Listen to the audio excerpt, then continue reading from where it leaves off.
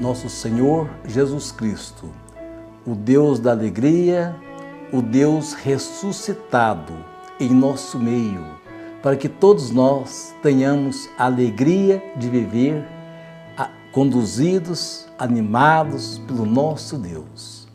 Que Deus, que se faz presente na história, nos abençoe e nos faça cada vez mais cristãos compromissados com o reino de Deus. Meus irmãos e minhas irmãs, nossa saudação a todos vocês que nos acompanham neste nosso programa.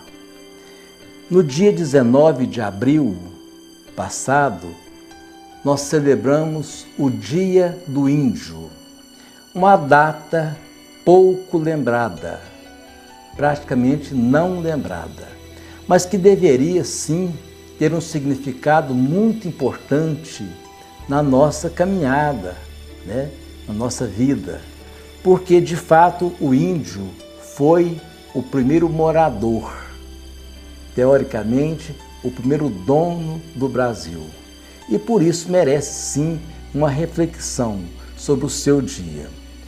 E nós queremos pensar no índio já naquele tempo, no ano 1500. E aí, meus irmãos e minhas irmãs, começou-se o tempo das mentiras. Quem sabe a maior mentira daquela época. Chegaram aqui no Brasil dizendo que estava descobrindo uma nova terra. Nova terra para os europeus. Mas essa terra já existia sim. Aqui existia 5 milhões de habitantes.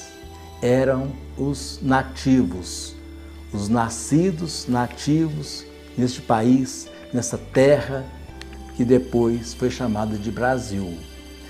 É interessante a gente pensar, a gente saber que Portugal tinha naquele tempo 1 milhão de habitantes.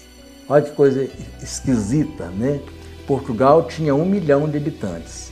Descobriu uma terra que tinha 5 milhões de habitantes, que eram os índios. E é interessante que essa presença do índio não foi considerada, né? A gente até entende que veio uma nova cultura, né? Veio um novo jeito, um progresso tecnológico mais avançado, mas aqui havia sim também a cultura indígena. O índio já tinha suas tecnologias de fazer canoa, por exemplo, de fazer os seus transportes, de plantar os seus alimentos, e nada disto foi considerado. Interessante também é que os índios tiveram que abandonar as suas terras no litoral. Os descobridores, entre aspas, foram chegando e os índios tiveram que retirar-se para o centro e para o norte do Brasil, né? É claro que já sentindo o desconforto, estavam sendo invadidos, né? Quero pensar no prejuízo que se teve para aquele povo, nas suas culturas. Imaginem chegar aqui um povo de outros lugares e dizerem que são os donos da verdade, que sabem tudo, que o que eles sabem é que deve prevalecer. Foi assim que aconteceu com os índios. Por isso, é dia de pensar, é tempo de pensar. Atualmente o Brasil tem 225 etnias ou sociedades indígenas em todo o país. São 180 línguas e dialetos, né? Espalhados em todo o território nacional. A região norte, a que possui o maior número de índios, Amazonas, por ali, né? Em especial o Amazonas, com 17% do total de tribos. Esses índios hoje sobrevivem de forma, poderíamos dizer, desumana. Por quê? A primeira coisa do índio para qualquer ser é o habitat natural, né? O lugar, a cultura, a plantação, a água, isso tudo foi e está sendo cada vez mais destruído. Então o índio está sendo cada vez mais sacrificado, sem pensar nas doenças. Índio não aguenta viroses, né? Interessante, eles são tão puros que eles não têm resistência para vírus, né? Eles ainda não tiveram essa resistência, né, orgânica para as doenças viróticas. Então morreu e ainda morre muito índio por doenças trazidas e transmitidas por pessoas não índias, né? A realidade deles são desconhecidas. É claro que existem certos organismos, né, que a FUNAI tenta ajudar, o CIMI, né, tenta fazer o que pode, mas sabemos que na verdade, na realidade, ainda falta muito para que a vida do índio tenha dignidade, né? E uma pessoa dos últimos anos poderia até dizer que nesses 500 anos a pessoa que mais tem preocupado com o índio é o Papa Francisco. Que coisa bonita, o Papa está sempre pensando, sempre falando sobre os seus problemas, denunciando os seus problemas lá nos organismos internacionais, né? Então, hoje eu posso dizer que o índio tem este defensor, Papa Francisco. Ele tem sempre mostrado a realidade do índio, tenta promover, tenta dar dignidade. Por isso, os índios também, com os afrodescendentes, né, é outro grupo de pessoas que tem sofrido muito as discriminações, né, esperam de todos nós, pelo menos uma coisa, solidariedade. E da igreja também, principalmente. Nós sabemos que a igreja é mãe, mas não é mãe só nossa, não. É mãe de todos, é mãe dos índios. E por isso a gente fica pensando na importância dos trabalhos que são feitos através do CIMI, né, em favor dos índios. Que haja mais solidariedade, ainda mais com esse projeto da CNBB de colocar as prelazias em parceria com a diocese aqui do lado do sul, né? Por exemplo, a diocese de Divinópolis, né, ela tem uma prelazia lá no norte, que é Tefé. Tefé é uma filha da diocese de Divinópolis. Muitas pessoas perguntam sobre isso, como é que isso funciona? É assim, uma diocese dessa região mais progressista, né, adota ou vincula-se a uma pequena diocese ou uma pequena prelazia. Prelazia é uma diocesinha pequena, né? No nosso caso, aqui da diocese de Divinópolis, é a prelazia de Tefé. E pode ser canalizado, deve sim ser canalizados ajudas, assistência, enfim, o que se pode fazer para ajudar aquela comunidade.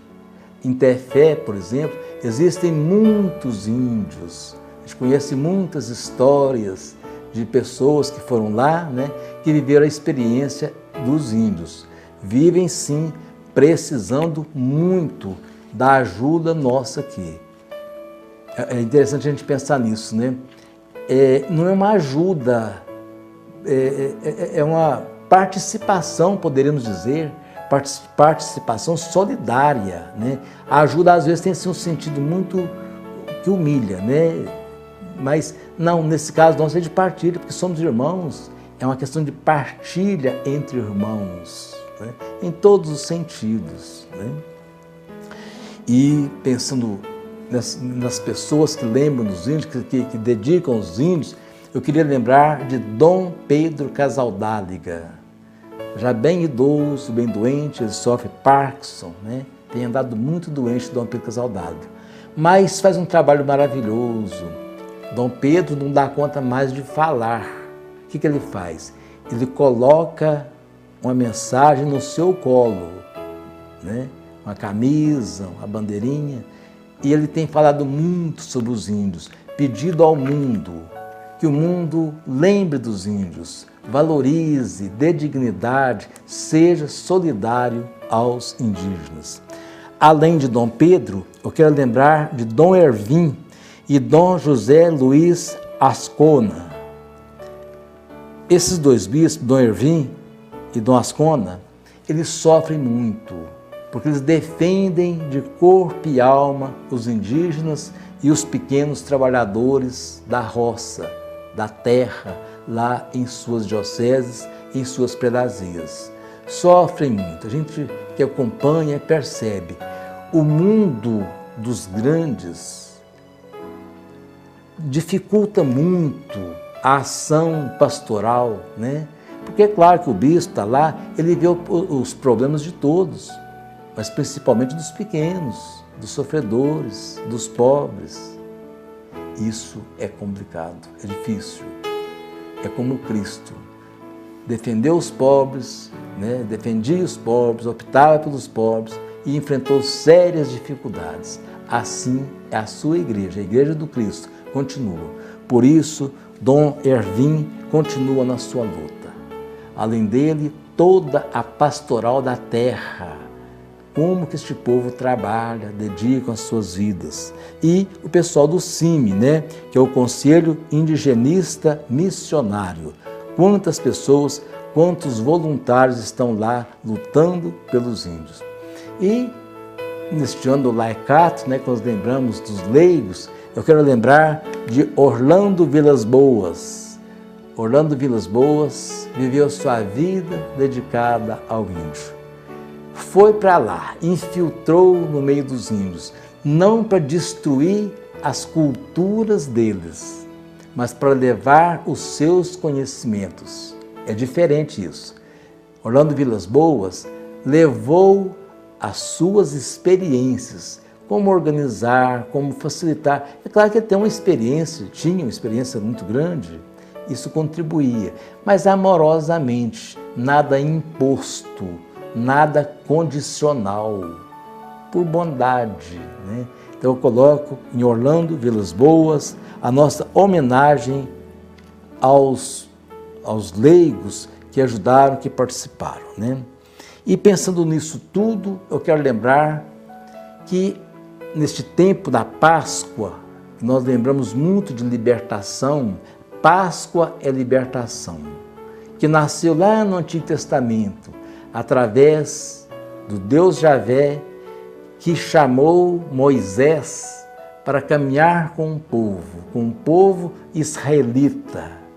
Eu quero pensar que hoje também precisamos de muitos dos Moiséses de hoje, pessoas que possam conduzir os índios, animar os índios, provocar a libertação de todos os seus problemas. É claro que são muitos e diferentes problemas, mas a esperança é essa. O nosso Deus é o Deus da esperança. Por isso nós acreditamos ainda que o índio possa ter os seus direitos respeitados, né? O seu habitat respeitados, enfim, que ele tenha vida, uma vida melhor. Também os quilombolas, né? Que vivem quase que a mesma situação. Por isso, irmãos, são formas que nós temos de vivenciar Deus nas nossas vidas. É a nossa eclesialidade, ou seja, a nossa vida de igreja. Viver igreja, viver a fé, praticar a fé, tem todos esses caminhos, né? Ser solidário, por exemplo, a Dom Pedro Casaldáliga, a igreja, o CIMI, a pastoral da terra, né? São experiências. Ah, mas eu não posso fazer nada. A sua oração é um caminho. Reze por eles, fala deles, seja testemunhos da verdade, né?